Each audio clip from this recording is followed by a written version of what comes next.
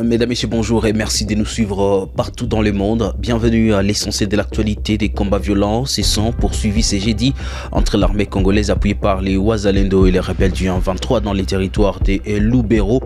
Dans les Massissi, par contre, les rebelles ont pris le contrôle des Kinigi et des collines vers Kaniro. Nous allons parler dans l'actualité du jour.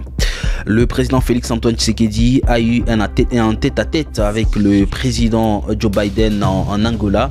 La situation sécuritaire à l'est de la République démocratique du Congo au menu des échanges. Messieurs, dames, nous restons la référence des informations à l'est de la République démocratique du Congo. On ne rate rien. Et si vous ne voulez pas aussi rater l'actualité à l'est de la RDC, n'oubliez pas surtout de vous abonner si vous êtes nouveau sur votre chaîne.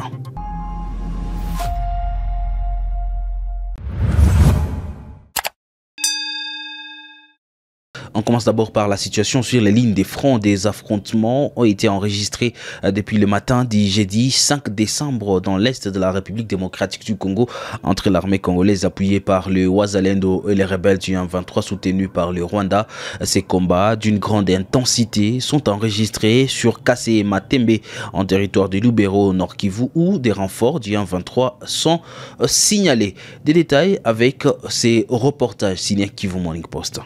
Il s'agit d'une quatrième journée consécutive des hostilités entre les deux parties. Selon des sources locales et sécuritaires, la situation est tendue dans la zone. Dans la commune rurale de Kirumba, avec plus de 80 000 habitants, les activités socio-économiques et scolaires sont paralysées.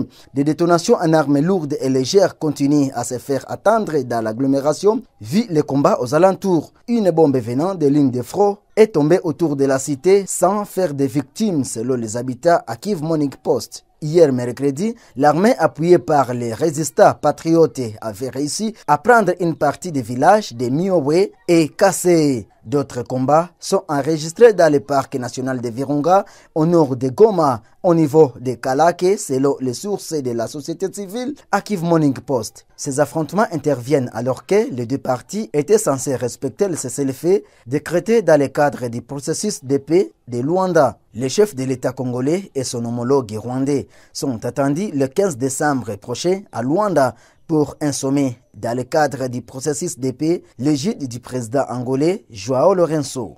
Les rebelles du 1-23 soutenus par le Rwanda ont pris le contrôle mercredi 4 décembre 2024 de la localité de Kinigi et une partie des Kaniro et dans les groupements de Kibabi. Nous sommes dans le territoire de Massissi, nous sommes dans la province du Nord Kivu.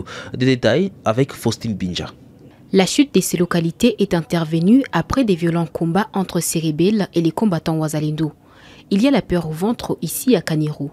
Une partie de Kaniro est occupée par l'ennemi depuis hier.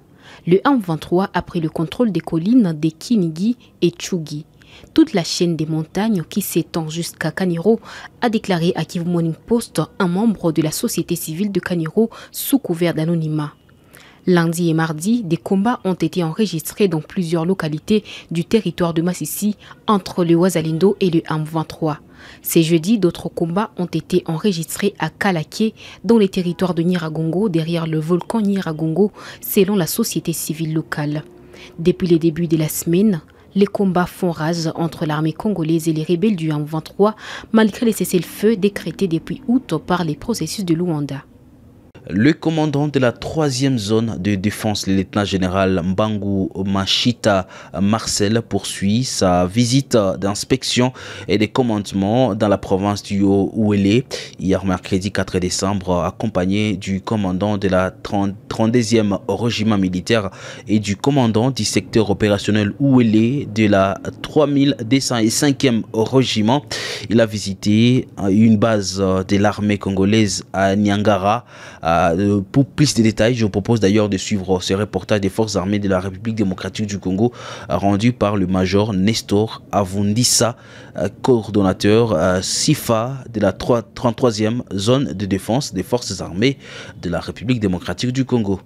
Le commandant de la 3e zone de défense, le lieutenant-général Mbangu Machita Marcel, poursuit sa visite d'inspection et de commandement à travers toutes les unités implantées dans la province de Haut-Ouélé.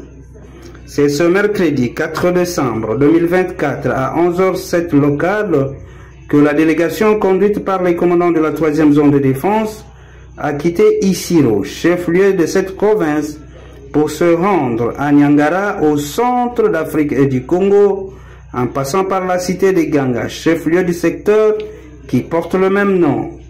Il faut noter que dans la délégation conduite par les commandants de la 3e zone de défense se trouvent les commandants de la 32e région militaire, le général-major Urbain Tambouka, et les commandants du secteur opérationnel Ouélé, le général-major François Moukalai. Arrivé à Niangara vers 15h30, les commandants de la 3e zone de défense a visité tour à tour les ponts Ouélé, long de 50 mètres en état de délabrement très avancé, les cachots où étaient incarcérés les prophètes de Noir, le prophète Simon Kimbangu, ou le chêne qui servait de lien encore présente, et un cahier souvenir pour le visiteur était présenté aux officiers généraux pour la signature. À Goma, 2 sentinelles de l'école Sibira située dans les quartiers Ndosho en commune de Karisimbi ont été arrêtés ce jeudi 5 décembre 2024. Ces interpellations sont intervenues après la découverte tragique d'un corps sans vie de Imani Maneo Enoch, un élève âgé de 18 ans, inscrit en 3e année, secrétariat administratif. Des détails pour comprendre cette situation avec Gershom Mohamed. Selon les premiers témoignages de ses collègues, Enoch aurait participé à une séance de sport organisée en préparation des compétitions interscolaires. Après avoir ressenti une grande fatigue, il s'était isolé dans l'une des salles des classes pour se reposer. C'est là que son corps sans vie a été découvert plus tard, suscitant une vive émotion dans l'établissement et les avenirs autour de l'école. Dans le cadre des enquêtes ouvertes par les autorités judiciaires locales, des gardiens de l'école ont été placés à garde à vue pour raison d'enquête. Les autorités souhaitent comprendre les circonstances exactes de la mort d'Enoch et déterminer si des négligences ou d'autres facteurs pourraient être en cause. Un responsable de la police a déclaré sous anonymat « Ces arrestations ne signifient pas que ces personnes sont coupables. Il s'agit d'une procédure standard pour recueillir les témoignages et obtenir des éclaircissements sur les faits. » Les autorités judiciaires et médicales poursuivent leurs investigations pour établir les causes précises du décès. En attendant des conclusions des investigations, l'Institut Sabira a suspendu ses activités pour une période indéterminée afin de permettre aux autorités de mener à bien leurs recherches. Le président américain Joe Biden et les Congolais Félix Antoine Tshisekedi se sont rencontrés mercredi 4 décembre à Lobito sur les terres angolaises. Question d'aborder plusieurs questions et différents aspects sur la République démocratique du Congo pour comprendre les raisons de cette visite. Un reportage de la présidence congolaise. Long de 1344 km, le corridor de Lobito est un projet majeur pour l'intégration régionale et la transformation économique en Afrique. Les enjeux de ce projet pharaonique, qui devra permettre de réduire considérablement les délais de transport de minerais critiques, essentiels pour la transition énergétique mondiale, sont au cœur d'une multilatérale ce mercredi 4 décembre 2024 à Lobito entre les dirigeants africains et les présidents américains. À l'aéroport Katumbela de la province angolaise de Benguela, c'était ce mercredi matin un chassé-croisé. La RDC, au cœur de ces initiatives pour son rôle stratégique, est représentée au plus haut niveau. Arrivé à 8h30, le président de la République Félix Antoine Tshisekedi Tshilombo est accueilli par le ministre angolais des Relations extérieures, Antonio Tete. Après les cérémoniales d'accueil, le chef de l'État congolais a rejoint au salon d'honneur les présidents angolais Joao Lorenzo, le Zambien Hakainde Hichilema et le vice-président tanzanien Philippe Pango. À l'arrivée, quelques minutes après du président américain, première visite officielle en Afrique, tous les chefs d'État ont pris la direction du terminal du port de Lobito dans le centre-ville. Protocole millimétré, Joe Biden et ses homologues africains ont visité en quelques minutes ces ports situés sur la côte ouest de l'Afrique.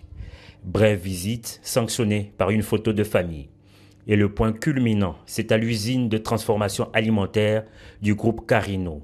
Après une présentation de matériaux pour la construction de la tour, Joe Biden et Félix Tshisekedi se sont retirés pour un tête-à-tête de quelques minutes. Rien n'a filtré de cette rencontre en bilatéral. Autour d'une table ronde, peu après, les dirigeants africains et le président américain ont tour à tour parlé de l'importance de la concrétisation du corridor ferroviaire de Lobito. Le président congolais Félix Tshisekedi a pour sa part souligné que le corridor de Lobito permettra de valoriser localement le cuivre et le cobalt, essentiels à la transition énergétique mondiale, tout en stimulant l'industrialisation et la compétitivité de la RDC. Par la même occasion, le chef de l'État a placé un mot sur la situation sécuritaire dans l'est de la RDC. Félix Tshisekedi a insisté sur l'urgence d'une paix durable dans la région et a salué le rôle déterminant de l'Angola dans le processus de Luanda. Cette rencontre historique de Benguela, la dernière pour le président américain sortant, entre dans les annales après la signature en octobre 2023 d'un protocole d'accord entre les États-Unis d'Amérique, la Commission européenne, l'Angola et la Zambie pour la rénovation et la reconstruction de l'artère ferroviaire du corridor de Lobito.